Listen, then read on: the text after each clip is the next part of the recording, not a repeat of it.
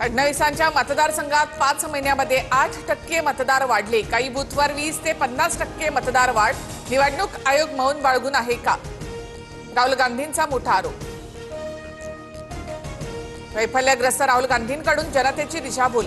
पटोले, थोरात, वडेट्टीवार यांच्याकडून अस्तित्व टिकवण्यासाठी राहुल गांधींना खोटी माहिती। सर्व मनोरुग्णांना रुग्णालयामध्ये घेऊन जायला हवं, प्रसाद लाड यांची टीका। माळेगाव साखर कारखाना निवडणुकीत निळकंठेश्वर पॅनल बळीराजा सहकार बचाव पॅनलमध्ये काटेकी टक्कर, तर ब गटातून अजित पवारांचा मोठा विजय।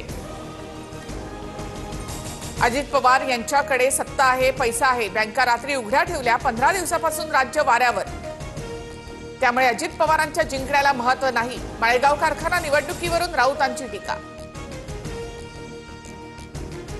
भास्कर जाधव यांची पक्षातील बडव्यांवर पक्षाच्या बैठकीमध्येच टीका।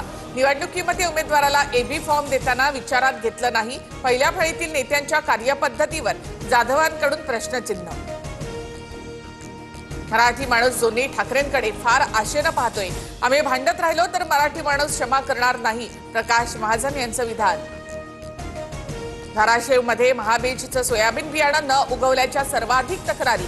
शेतकऱ्यांच्या तक्रारीनंतर कृषी विभागाकडून पंचनामा, बियाण्यामध्ये दोष असल्याची माहिती।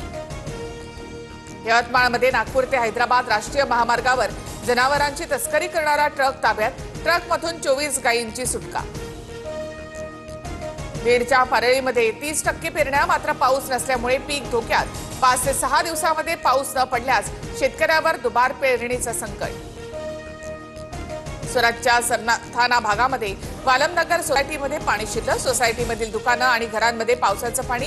अग्निशमन दलाच्या विभागाकडून बचाव कार्य सुरू।